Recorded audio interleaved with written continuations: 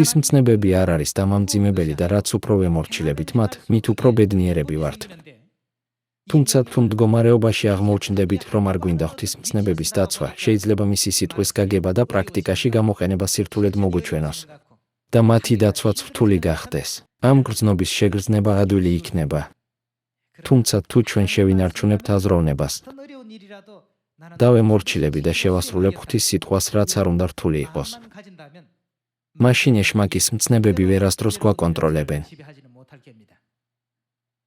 მოდი წავიკითხოთ მათეს სახარების მეოთხე თავი, 1 მუხლი. მაშინ სულმა წაიყვანა იესო უდაბნოში ეშმაკისაგან გამოსაცდელად. 40 დღეს და 40 ღამეს იმარხულა და ბოლოს მოშივდა.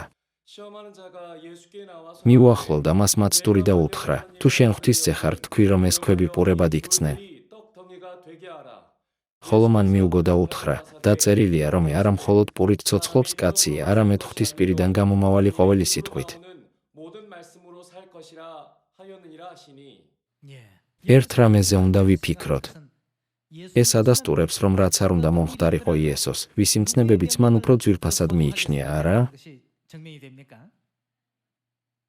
ეშმაკს სურდა იესოს ღვთისმცნებები დაევიწყებინა და მისი მცნებები შეასრულებინა. განა საჭმელი უფრო მნიშვნელოვანია, ვიდრე ღვთის სიტყვა, როცა მშიერი ხარ. განა პური უფრო მნიშვნელოვანია, ვიდრე ღვთის სიტყვა, მარტივად რომ ვთქვათ, ეს თქვა ეშმაკმა, მაგრამ იესომ უპასუხა. როგორ შეუძლია ადამიანს მხოლოდ პურით იცოცხლოს? ის იცოცხლებს ყოველი სიტყვით, რომელიც ღვთის პირიდან გამოდის, რითაც კიდევ ერთხელ შეგვახსენებს ღვთისმცნებას. რადგან ორ კონფლიქტს შორის ვცხოვრობთ, როდესაც საქმე ამ კითხვას ეხება. ვინ მიიღებს მეტ კურთხევას, მეტ მადლსა და ჯილდოს სათამარადიულ სასუფეველში? პასუხი საბოლოოდ შემდეგზე დაიყვანება. ვინ შეასრულა ღვთისმცნებები უფრო მადლიერად და სიხარულით, შედეგებს საბოლოო ჯილდოში ვნახავთ. გავაგრძელოთ მეხუთე მუხლით. მაშინ წაიყვანა იგი ეშმაკმა წმიდა ქალაქში და დააყენა ტაძრის ქიმზე. უთხრა მას, თუ ღვთისძე ხარ, გადაიგდე თავი ძირს, ვინაიდან დაწერილია, თავის ანგელოზებს უბრძანებს შენზე და ისინი ხელში აყვანილს გატარებენ, რათა ქვას ფეხი არ წამოჰკრა. უთხრა მას, ასევე დაწერილია, არ გამოსცადო უფალი, ღმერთი შენი. ამ სცენაშიც იესო ეშმაკს დაუპირისპირდა ღვთისმცნებებითა და ბიბლიის სიტყვებით. შემდეგ გავაგრძელოთ. ისევ წაიყვანა იგი ეშმაკმა ძალიან მაღალ მთაზე, უჩვენა სოფლის ყველა სამეფო და მათი დიდება.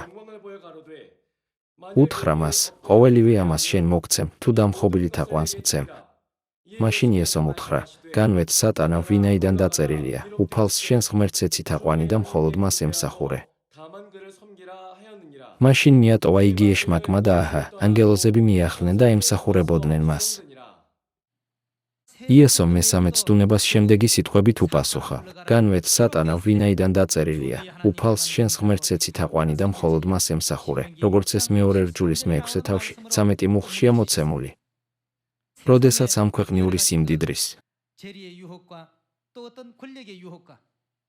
ძალაუფლების ან ავტორიტეტის ცდუნებებს ვაწყდებით, სატანა დახვეწილად გვაცდუნებს, რომ მის მითითებებს მივხვდეთ და გზასაც კი გვაჩვენებს.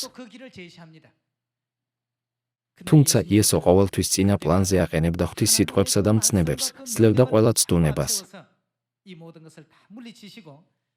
და ამით მაგალითს აძლევდა თავის შვილებს, თუ როგორ შესულიყვნენ სათავსასუფეველში. ჩვენ ყველანი უნდა გავხდეთ ღვთის დიდებაში მონაწილეობის ღირსნი. ამის მისაღწევად ვისი ბრძანება უნდა დავემორჩილოთ? ჩვენ გულმოდგინედ უნდა დავემორჩილოთ ღვთის ბრძანებებს.